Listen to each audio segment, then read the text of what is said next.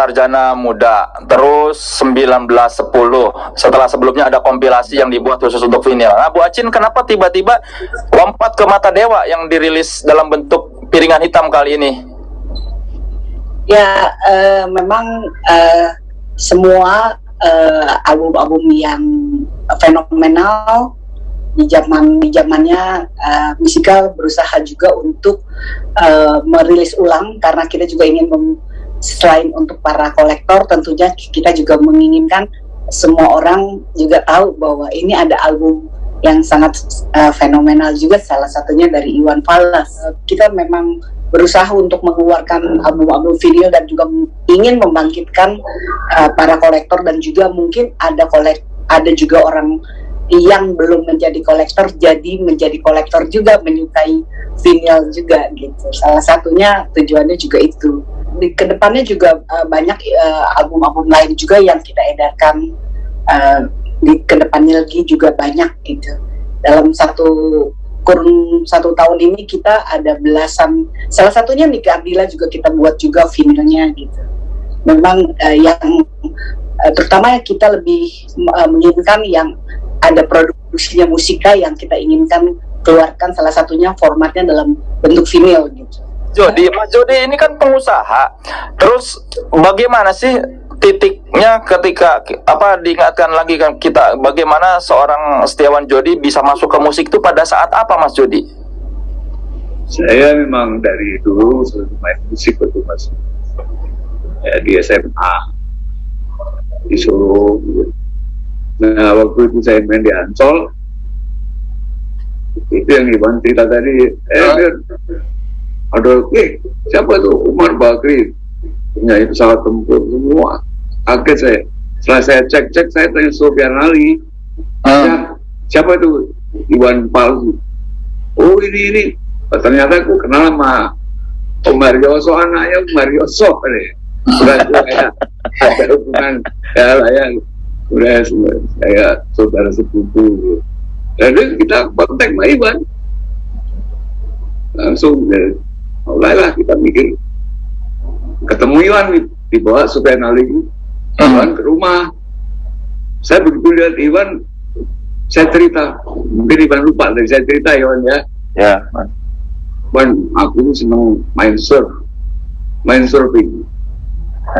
Terus ngomong, iya, kenapa dia gitu, main surfing itu paling dahsyat kalau menjelang matahari terbenam. Nah, dia nyautin masalah refleksi alam. Nah, saya bilang kalau main surfing itu nggak takut mati, karena kalau dibawa ombak itu ngelawan malah hilang. Tapi kalau kita ikutin arus balik lagi. Aku cerita gitu kan, wah ini kalau istri saya terus marah nanti, Pak. Aku ada kawanku yang berubah nih gitu. Kawan saya dari Amerika nonton saya main surf menjelang senja itu. Dialognya itu kan di rumah itu kita itu. Oh, udah 32 tahun dari situ Iban transpirasi yang lain. Tapi saya bilang sama Iban, kalau liga gelombang itu kadang-kadang main surf itu ombak makin gede makin terangsang gitu. Nabrak. Sekarang yang senang main surf hanya anak saya perempuan, Rani sama cucuku. Tapi saya bilang jangan main surf menjelang matahari terbenam, serem itu. Memang saya bilang sama kawan saya, kalau aku nggak kembali kamu jangan nangis, karena itu paling ketemu lor mobil. Gimana ceritanya Mas Jody sampai dari obrolan soal pantai sampai ke akhirnya menjadi eksekutif produser untuk album Mata Dewa? Karena Iwan Sofyan Ali lapor saya, Iwan matang lagu, jadi detail sekali. Saya itu hanya inspirator aja soal Mata Dewa. Yang nyusun lirik detailnya Iwan loh. Bener nih, saya bukan jilat-jilat. Ini bener. Yang nyusun detailnya Iwan. Saya cuma main lagu waktu itu, YouTube ada lagi hitsnya Without You. Iwan yang di Mata Dewa gitu. Total lain. Dan kawan-kawan saya di luar sana kalau mereka pada dengar itu hit song. Makanya dengan teknologi yang perubahan peradaban seperti ini, ya Hacin pekan bagus lah, Hacin mau di launching lagi ya happy. Udah saya serahkan Bu Hacin gimana. Ini kan zaman berubah, dulu boro-boro. Cuman kita TV mau masuk TV yang lain kadang-kadang karena kita dianggap kritis kan nggak gampang kan. Tapi ada bagusnya juga, nggak sering muncul di TV. Saya nggak pernah mau yang kalau yang sama Iwan Kantata Takwa apa nggak ada, nggak mau. Ya, yang pertama punya ide membuat album tuh dari Mas Jody apa dari Mas Iwan? Wah, saya Sofyan Ali kasih ide itu, kita berdua berinteraksi, Iwan sama saya. Itu terus waktu itu Iwan memang punya pikiran-pikiran yang lain, bukan punya ciptaan yang lain bagus-bagus. Air mata api itu Iwan itu bagus juga. Yang dinyanyiin anak-anak muda berpikir.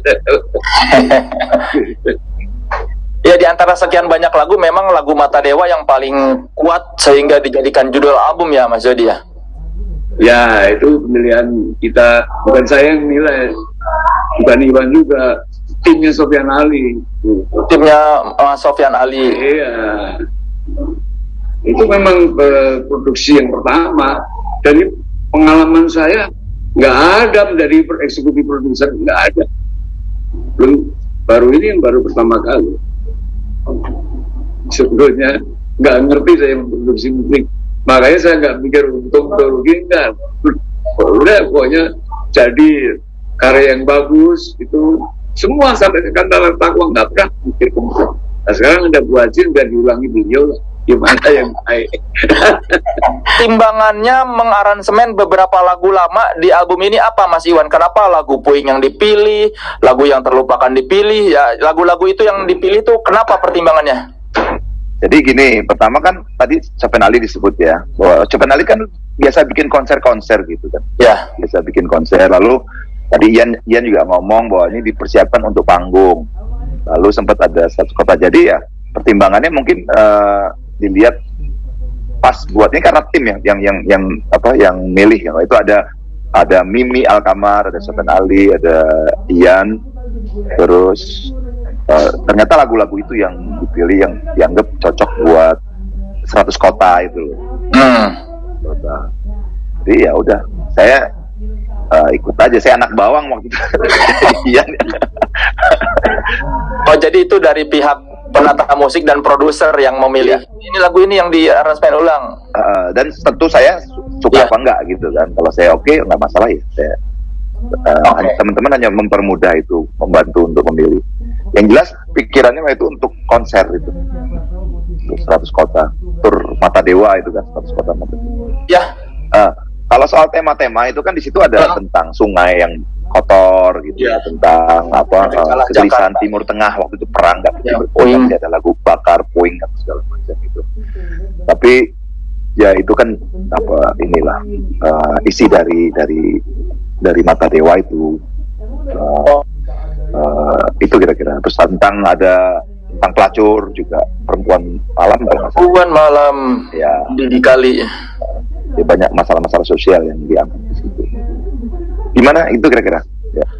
Tadi Bang Iwan Fals bilang yang paling diingat dari album Mata Dewa adalah pembatalan tur 100 kota. Apakah ini yang kemudian mempengaruhi musik Iwan Fals, termasuk terbentuknya Suami dan Kantata Takwa? Iya, karena dibatalin 100 kota, saya bawa teman-teman saya, kan banyak teman-teman saya. Jadi nggak menyerah gitu. Ada tetap ya, saya cuma bisa musik. Ya udah, ada teman-teman yang merespon musik saya, alhamdulillah. Sofyan Ali, Mas Jody, Ian juga support, dan ada perusahaan-perusahaan. Tapi ya situasi waktu itu kan, ya saya terpukul. Lalu saya ikut workshop di Mas Willy Rendra, Bengkel Teater, ikut jadi pemain gong, mukul gong. Kalau saya diem aja nanti saya gila gitu kan, stres karena dibatalin. Akhirnya saya ikut workshop teaternya, jadi pemain musik. Itu kaptennya Jabo dan ya. apakah ada kemungkinan ini Mas di dunia Doni. musik? Apakah ada kemungkinan Bung Iwan Fals dan Mas Setiawan Jodi bikin karya baru lagi atau bikin proyek musik lagi? Nah, silakan Mas Jodi atau Mas Iwan yang mau jawab tuh. Ya mudah-mudahan ya, kita nggak ada apa ya, kalau memang sehat rezeki ada memungkinkan ininya. Jadi ayo, kalau saya nggak ada masalah, kalau buat saya pribadi ya nggak ada tapi ya itu latihannya Mas Jody berat itu.